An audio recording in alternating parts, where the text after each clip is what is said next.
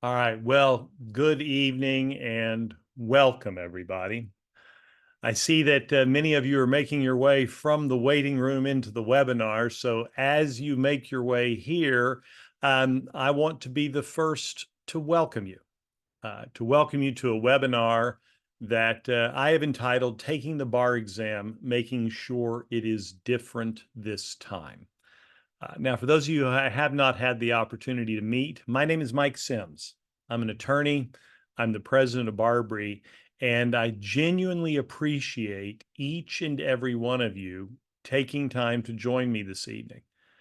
Let me say here at the outset that I think we all agree that we wish it were different circumstances under which we were getting together.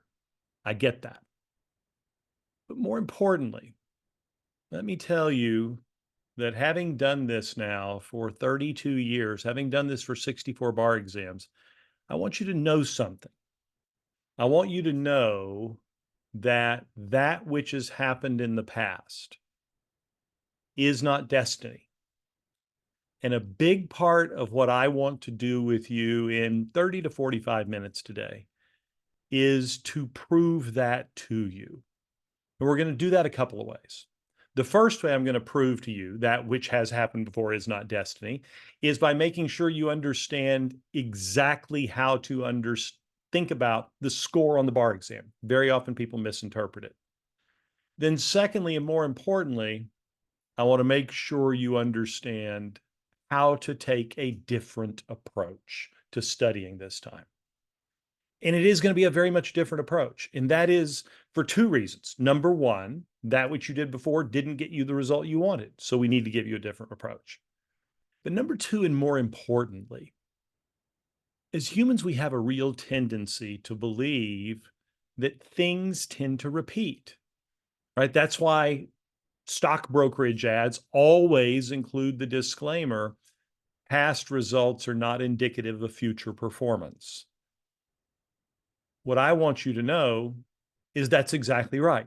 Past results are not indicative of future performance. And the fact that you're here tonight means that you are well on your way to practicing law right after results come out in your state.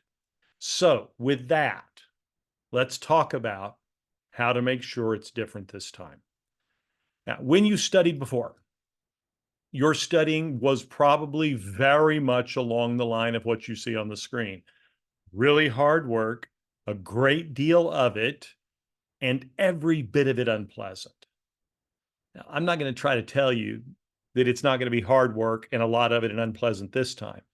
But my real key goal here is to make sure that when you study, the studying that you do is smarter study, right? Smarter study in light of everything that you know, everything you know about the bar exam, and all of the law that, believe it or not, you still retain these many weeks later after having gotten your results. Now, first thing to think about is let's make sure we understand your score. And for those of you who took the UBE, this is the map of the scores in the UBE. For those of you in other states, your score report should provide you with what the necessary score is. Because most people take the UBE, I'm going to focus on that. I can tell you if you're in California, your score is a 1390 that you're shooting for. More on that in just a minute. But let's take a look at the UBE and think about how this thing is scored. And it's basically based upon the multi-state bar exam. Everything on the UBE and everything in every jurisdiction except for Louisiana is curved to the multi-state bar exam. So your goal is to think about how did you do on the multi-state, knowing that it is 50% of your score, and then also how did you do on the written portion of the exam. So first of all, multi-states, for 50% of your score. And if we take a look at, say, for instance, my home state of Texas, we see the required score is a 270. 50% of 270 is a 135. So if you are from Texas and you look at your score report, you want to see how close to 135 you were on the exam. If you're in Illinois, how close you were to 133. If you're in North Dakota or Alabama or Missouri or New Mexico, how close you were to 130. You guys get the idea? Take your required score and divide it by 2. Now, Californians, what I want you to do is 1390 is your required score. Basically, take off the 0. So your required score is 139. Okay, 139 is your required score. Now, for the essays, if you took it in the UBE jurisdiction, 30% of your score came from the essays, 20% from the MPT. In most states, not all, the UBE written portion is graded on a 1 to 6 scale. New York's obviously different. There are some others that are different. But basically, you're kind of looking for average. And the way you tell your average, if they gave you a 1 to 6 scale, you're looking for something around 3s and 4s. If they tell you what percentage of scores are below you, stay tuned. I'm going to tell you how to interpret that in just a second. So as we think about how to interpret it, let's take a look at the score distribution. Now, this is actual data from the National Conference of Bar Examiners. It is the most recent data for the multi-state bar exam. And if you look at it, you can see it's basically a normal distribution. It's a bell curve, one a bit more peaked than the other, but essentially a normal distribution. Now let's add in some lines. And each of those blue lines that you see on the screen are one of the required scaled scores, right? The leftmost, North Dakota, Alabama, Missouri, New Mexico, those are the lower required scores of 130, half of 130, or 130 times 2 is 260. As we get out toward the 140, we're out there in the zone of California and Delaware and states like that, and everybody is in between. So if you have your score report handy, take a look at it. And a feature of every score report for most of the subjects or many of the subjects is what percentage of the scores are beneath yours. And there's a lot of discussion out there over how to interpret this. I'm going to now clearly explain to you how to interpret that. Because the question you should be asking yourself is what percentage of test takers are in that dark orange area? And here's the answer. It's about 30. About 30% of test takers are in that dark orange area. So that means that you want to be doing better than 30%, or let's be conservative, and let's say you want to be doing better than 40% of test takers on the exam. When you get to the next bar exam, if you're doing better than about 40% of the test takers in every single subject, then you're going to be practicing law before the end of the year. All right. I suspect there may be some questions about that. I failed to mention at the outset that I am indeed here to answer your questions, but I have a favor to ask of you. Hold them until I'm done. Because what I found in doing these webinars in the past is that most of the questions that most of you have, I'm going to answer. And for those that come up afterwards, we'll hang out and I'll take as many of your questions as I possibly can in the time that we have allotted. Okay, that's the score. What's your goal? Doing better than 30 to 40% of the test takers. What do you want to remember? You want to remember that half of your score comes from the multi-state bar exam, half from the written portion, which is true in almost every state, not Virginia, but it's true in almost every state. And that is your target as you go. So with that, now let's talk about the key reason we're here. How do we do this differently? When you started studying for the exam previously, this is what it looked like. You were a blank book. Yes, you'd gone to law school. Yes, you'd learned some law, but you really didn't have anything when it came to bar study. You did that 10 weeks of study. It came up a little bit short, but you're not sitting at 0. You're not sitting at the beginning. You're sitting somewhere between a solid foundation and a mostly framed house. right? You've got knowledge in your head, and you're going to be astounded how much of it comes back to you as you start studying this time. So know that even now, you're in a very different place. And I want that to build confidence in you as you begin digging back into the material. Now, recall as we work through the course, and you remember I talked about this at the beginning of the course last time you took it, is that learning for the bar exam is not a linear process, right? Learning for the bar exam is a circular process. You make an acquisition of knowledge, not a total acquisition, kind of catch as much as you can.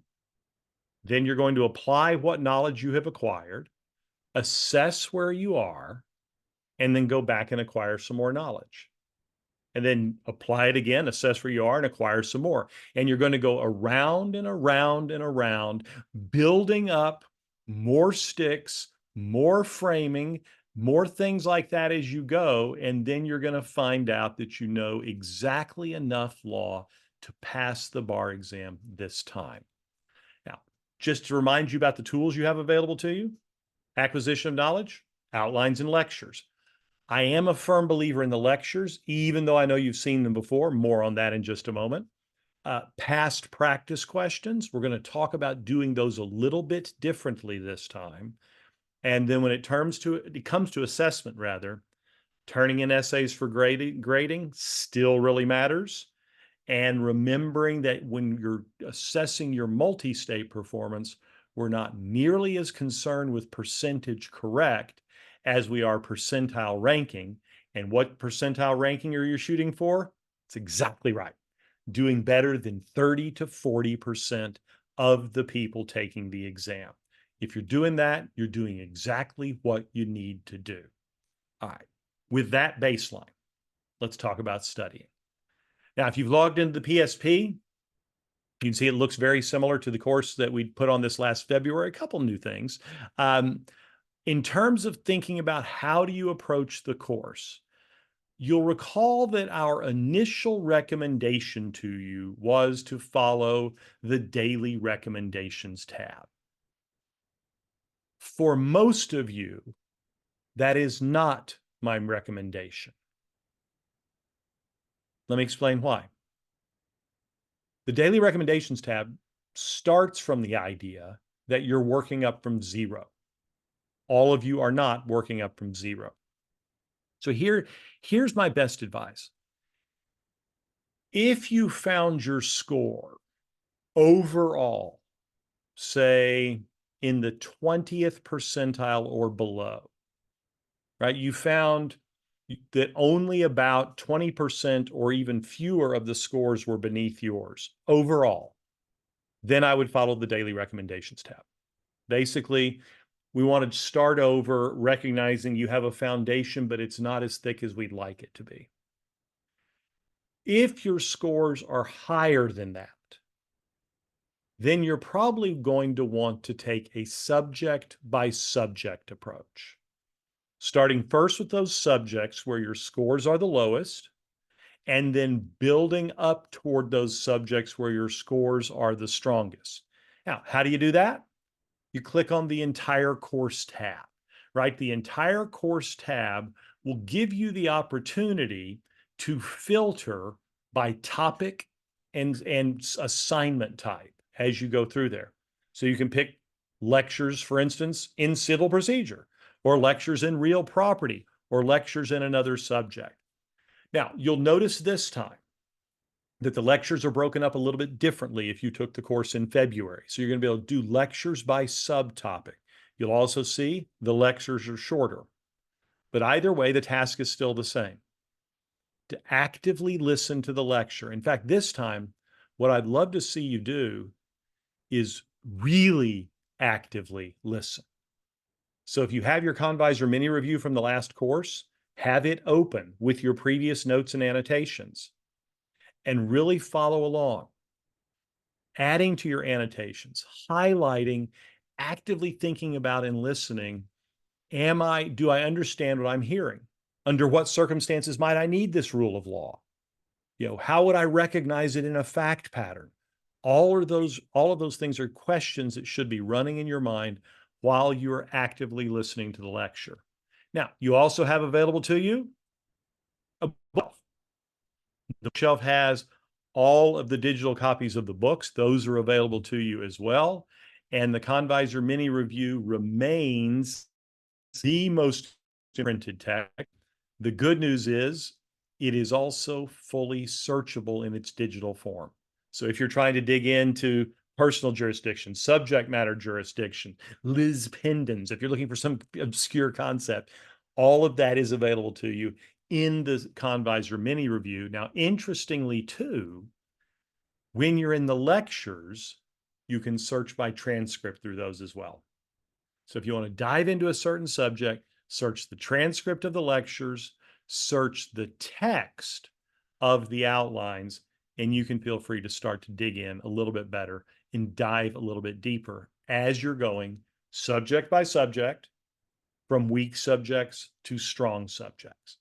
All right, next, the opportunity to work practice questions. You can pick them by subject, you can pick them by subtopic, you dive right into them. And when you're working the questions, here's the difference.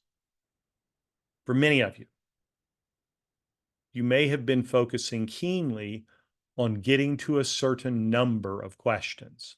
And by the way, that's generally good advice, right? You got to work a few thousand questions. Coming back as a repeater, though, it's not at all about quantity. I'm not the least bit concerned with how many questions you're going to work between now and the exam, because you're going to work plenty. I am vastly, far more concerned with how you work them. So here's what you're going to do. Work them in small sets. And when you get a question wrong, everything comes to a grinding halt. Right? You ready? And you're going to ask yourself, why did I get it wrong? Did I get it wrong because I misread the fact pattern? Did I miss a question about dog bite that said it wasn't just a dog, but it said it was a vicious guard dog? And did you miss those adjectives?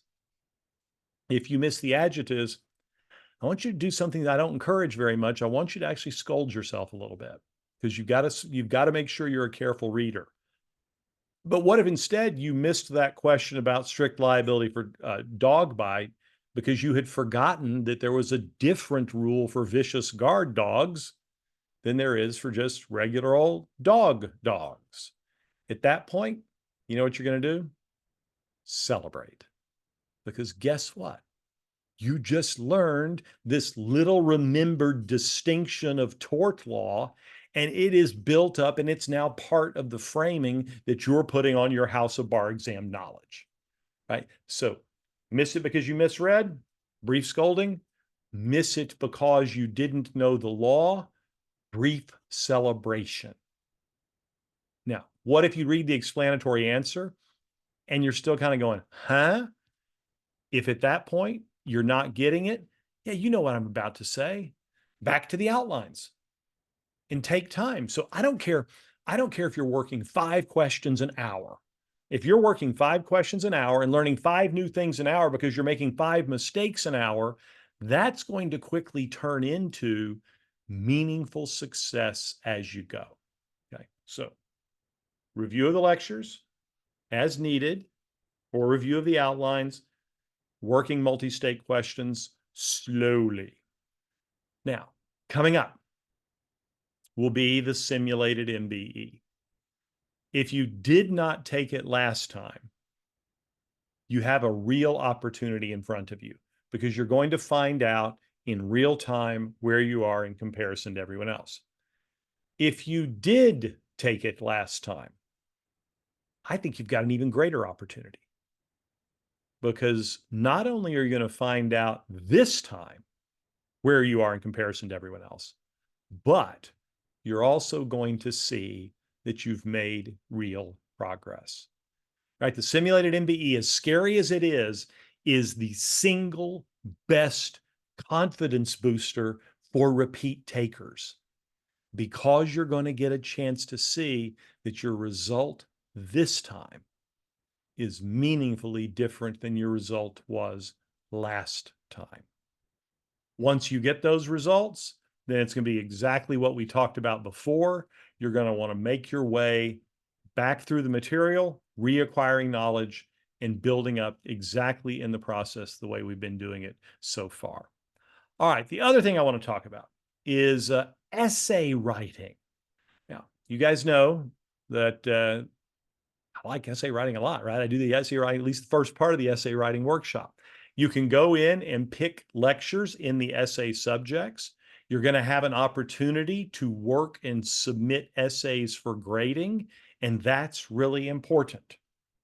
Even if you feel like you've done it before, the essays this time are different than the essays you submitted last time. So turn all of them in for grading when they're assigned to you. Or if you finish a topic and you're ready to turn them in, turn them in. But here's the more important thing. You ready? Note this chart. There's a whole bunch of numbers on here. But notice inside this red box over here. This is a correlation table for all of our assignments, how well they correlate to bar passage. And you can see that graded essays correlate at 0.178. It's positive, but it's actually somewhat weak. Practice essays correlate at 0.294. Almost twice as correlated as graded essays. Now, what do I mean by practice essays versus graded essays? Let me explain. Graded essays, the ones you turn in for grading. Practice essays are the ones you grade yourself. And that seems kind of counterintuitive, doesn't it? Right? But if you think about it, it makes all the sense in the world. Right? When you turn in an essay for grading, you send it in, we send back feedback, you get your feedback back, and you decide if you agree with it or disagree, and you move on. But the essays that you grade yourself, that requires effort. And that effort actually results in greater learning. So in addition to working multi-state practice questions in small sets, make sure you're doing plenty of practice essays, grading them yourself, and learning from them. Similarly, same thing for performance tests. If you're in a performance test jurisdiction, rewatch the performance test workshop, turn in a performance test for grading, and self-grade yourself on performance tests. All right, so that's what I have in terms of prepared remarks. If you've got some questions, feel free to go ahead and type those into the Q&A, and I'll be glad to hang out here and answer questions for as long as I possibly can. I see one has come in right now talking about essay grading, and the question is, so how do we grade? Well, there are a couple of ways that you can grade. First, the questions in the writing program have a rubric that you can use. That's a great way to do it. The other way is to basically use kind of an IRAC method. In other words, is the issue that you spotted the same issue as the question? Does your rule statement resemble that of the model answer? Not identical. Does it look kind of close to the same? Did you use the same facts? And I want you to be pretty hard on yourself here. Did you use the same facts as the model answer? And did you reach the same conclusion? All right, let's see here. Following up on the same idea. Mike, I did a good job on the MBE, but not on the writing part. Any advice? So in addition to all of the advice I just gave you about doing practice questions, let me give you one more bit of advice. When you are looking at your answer, remember what I said, the three things every answer must do. State a rule of law, apply the rule to the facts, and reach a conclusion.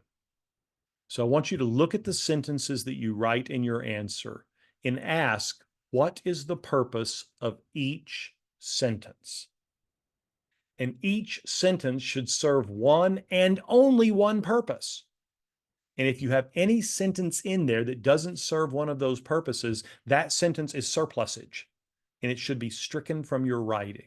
Because a lot of time what I see on people who struggle a little bit on the essays is that they end up actually saying too much, and that too much is stuff that's not necessarily relevant to answering the question. Good question about the simulated MBE. I love the simulated MBE, as you guys know. When should you take it by? If you are following the daily recommendations, take it when it comes up. If you are making your way through the course as you see fit, then I want you to take it. Plan on taking it the last week of June. Plan on taking it the last week of June, assuming you have gotten through all the MBE subjects. All right. So question here. Nationally, I landed at the 40th percentile for the MBE questions, and I missed my state's passage number by 10 points. Try that's really, really close. And the good news is really close means you're really going to pass this time. Where should I spend my time practicing? Charlie, I'd spend your time practicing in your weakest subjects. So you looked at your overall percentile ranking, but now I want you to look at your subject by subject percentile ranking. And any subject that is south of that 40th percentile is going to be a subject that you're going to want to focus on. Oh, terrific question here. Love this. How does Isaac take into account our data from past bar exams? So it turns out it doesn't. I would say that's by design, but it's actually because we haven't built that functionality. And as I'm just kind of thinking out loud with all of you, I'm not sure I want to, right? Because what Isaac cannot know is how you did on the bar exam itself. And because we just don't get enough data from the score report. And I would hesitate to take your previous BARBRI data without the bar exam data to reprogram Isaac. So for you, it's going to be everything we've talked about, with you doing a bit of adjusting yourself, assuming you're pretty close to passing. All right, let's see here. We talked about doing worse. Oh, okay. So the flip side, I did good on the essays, but I did badly on the MBE. Any suggestions? Absolutely. First suggestion, any subject that you're doing worse than 30 or 40% of the takers, go back and do a serious acquisition of knowledge. Listen to the lectures, read the outlines. Then, especially for those of you trying to raise your MBE scores, remember what we talked about. Small numbers of questions, dwelling with the ones that you missed.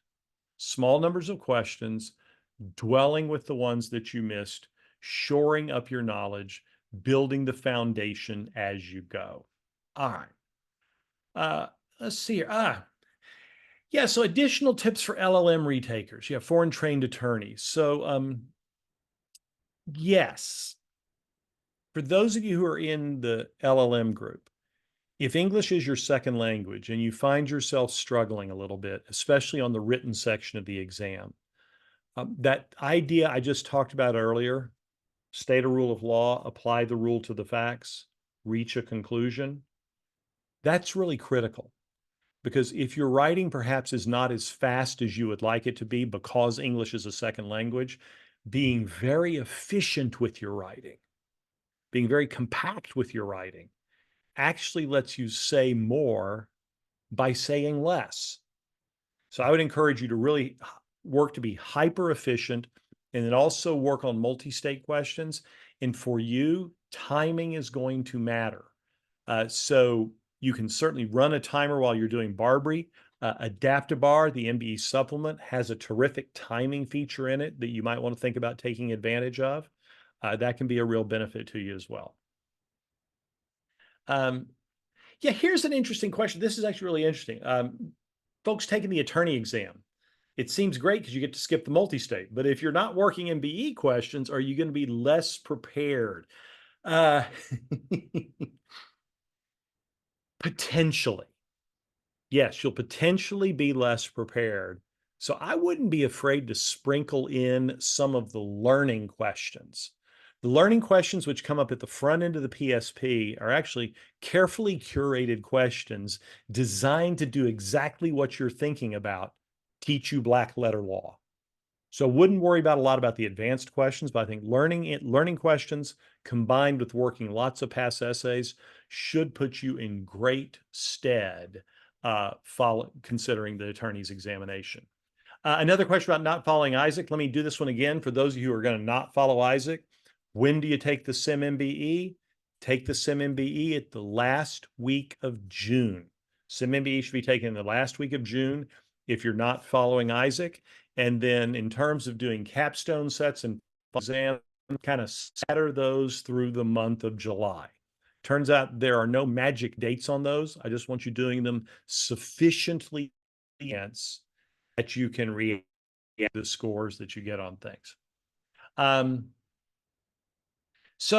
Looking at a score here, so just an example, kind of give you guys some perspective here. One student writes in and says, I scored a 122 for the MPT and MEE, but came out of 105 on the MBE. Should I practice equally or perhaps focus more on the MBE? You definitely want to focus more on the MBE, but do not disregard the essays. In fact, everybody stay with me on this because this is really, really important. If you have disparity in your scores between the two parts, a natural reaction is to focus intently on the lower part. And what I've seen happen is an over-focus on the lower score, a disregarding of the higher score, and the two scores flip.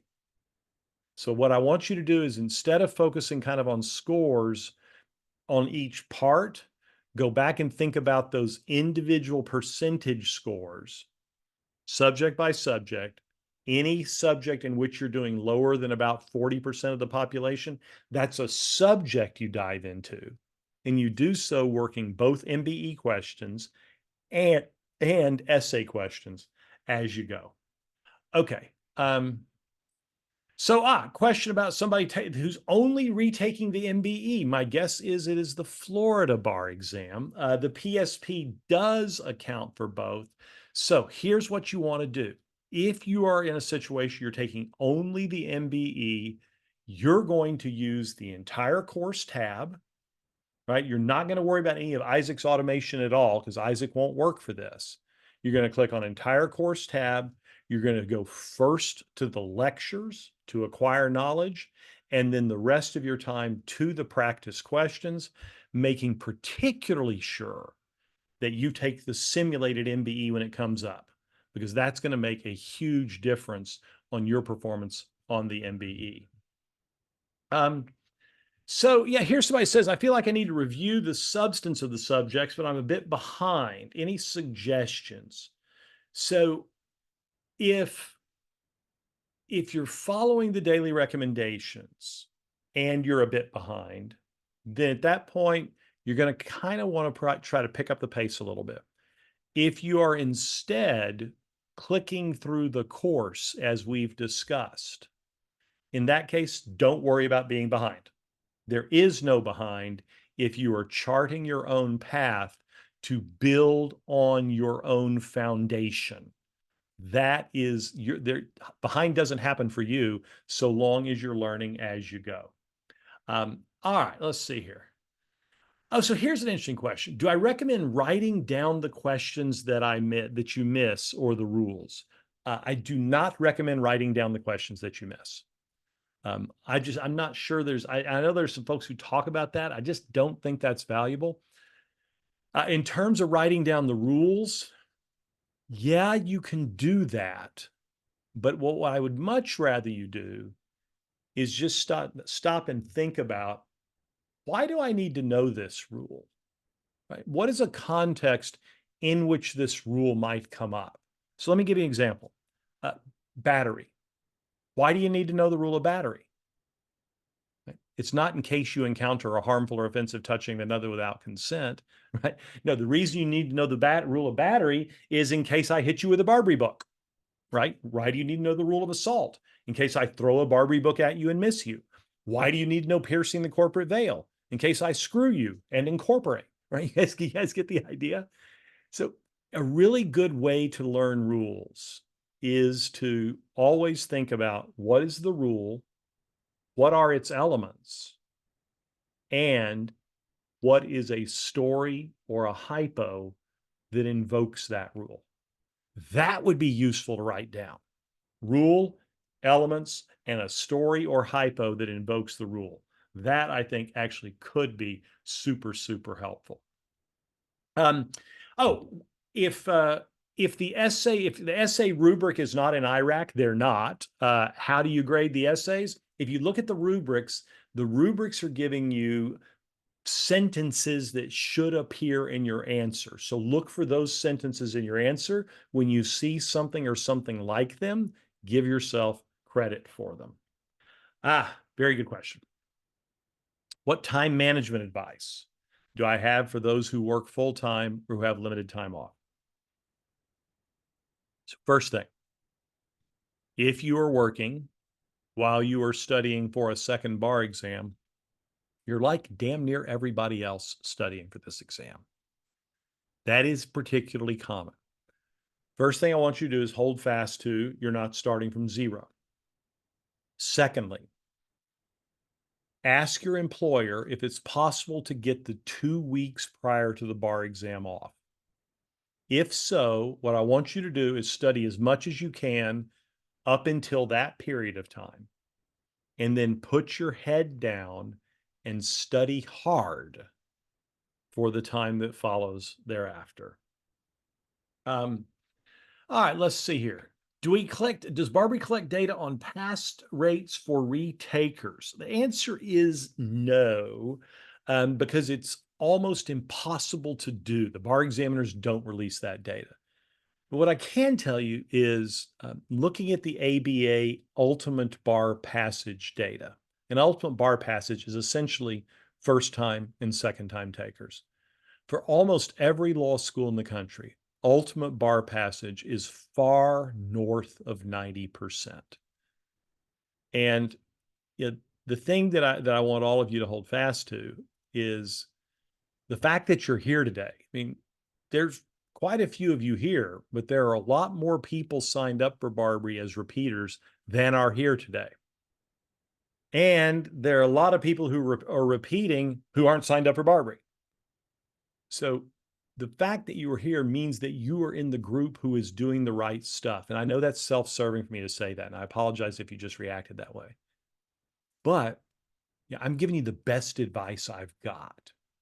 And you have a set of tools to do things differently. And you now have the foundations of an approach that is different.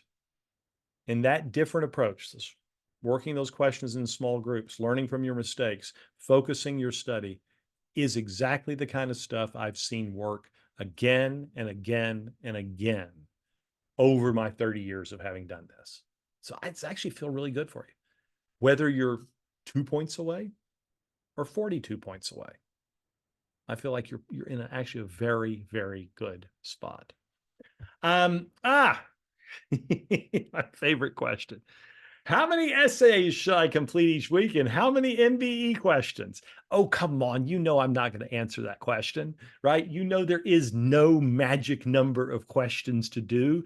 In fact, I would argue, I'm going to argue that probably some of the worst advice out there is the magic number of questions advice. Because what happens is people sacrifice quality, worshiping at the altar of quantity. Now, for many, and I know why. Here's the deal. The reason why you hear all this advice about you got to do 2,000 questions or 3,000 questions is the people who are giving that advice just want you to work hard. And they feel like if they give you a target that you're going to work hard. And we know for many, many, many people that hard work pays off. Remember what we said at the outset. Our collective goal here is to work smarter, not harder. So rather than even think about a possible number of questions, I would rather you focus on how many new things did I learn today? How do you know it's a new thing that you learned? Well, it's a question that you missed. And if you learn 5 new things a day, 10 new things a day, 5 days a week over the next 10 weeks, building on the foundation that you have already built, heck, you're going to be fine when this exam comes around. So don't sweat the numbers, sweat the quality. What did I learn from answering this MBE question? What did I learn from answering this essay question? How much better am I at answering a performance test question after I just completed this performance test? Yeah, question. Hey, a question that I did already answer, but let me do it again. When do I recommend following the PSP? When do I recommend not? Let me do that one more time because this is really, really important. Come back to your score report. If your overall collective score puts you somewhere with only around 20%, 20 or 25% or less people beneath you, follow the PSP. Treat it as a reboot. If instead you're out closer toward the middle of this curve that you see on your screen, don't treat it as a reboot. Treat it as that selective study that we've been talking about all evening together. Hours daily. How many hours do I recommend a day if we're not working? So it's a hard question to say, but I think if you have the ability to do so, treat this as a full-time job again, just like you did before. And make sure you're taking care of yourself. Keep eating, keep sleeping, keep breathing. Call your mother. She's proud of you. Spend time with your significant other. They miss you. Do all those things. But I would treat it as close as you can to a full-time job. Okay. Yeah. So now let me come back to this too, because I want to talk about this score curve a little bit more. In fact, everybody stop for a second. So somebody writes in and says, for the MBE, that their total score, they're roughly 2.2% below their score. So what we're talking about here is the range of where you're sitting on this curve. Okay, everybody got me? If you're sitting right in the middle, 50% of the scores are below you. And by definition, 50% of the scores are above you. If you're way out here to the far right side, 100% are below you. If you're way over here to the far left side, 100%, almost no one is below you. So if you're in a situation where 2% are below you or 10% are below you, that means you're sitting over here. And we need to get you up to better than about 30 or 40%. Right? So when you're thinking about where are you, it's basically how many people are below you, how many people are behind you in the race. And you need to have about 30 to 40% of the people behind you in the race or below you on the curve. That's what we're talking about. So that's that idea when I said, if you're a situation where you're at overall 20% or less are below you, treat this as a reboot. If it's above that, then you're going to kind of pick and choose your way through this. All right, hope that helped. So a good question here about the scoring. What if I do better on the MBE? Do I have to get to the right score on the MBE and the right scores on the essay? No. And that's a really, really important point, y'all. That keep in mind that 50% of your score comes from your performance on the multi-state, 50% from your performance on the written part of the bar exam. So if you have excess points on the multi-state, it will help you if you have less points on the essays. And for those of you who love to write like I do, flip it. Excess points on the essays will carry a weaker multi-state score. Both of them work their own way. Okay, got time for a couple more questions before we run out of time. How do I learn from wrong answers? So first way that you learn from wrong answers is you ask yourself, why did I miss this question? Right? Did you miss it because you were not a careful reader? Or did you miss it because you did not know the law? If it was not a careful reader, you've learned you need to read more carefully. If it was because you did not know the law, you're going to stop and study that rule of law. Study it by going back to the lecture, if you like that. Study it by going to your Convisor mini review, searching through the text digitally and finding the exact rule of law that you're concerned with. But basically, every time you miss a question slump, you're going to bring everything to a grinding halt and make sure that you learn the law. All right. So we have run out of time. And I know there's still a few more questions. I know I want to thank Odessa and the other folks who've joined, the coaches who've joined to help answer those questions. I know they're working on doing that in addition to the ones that I've been answering on the thing.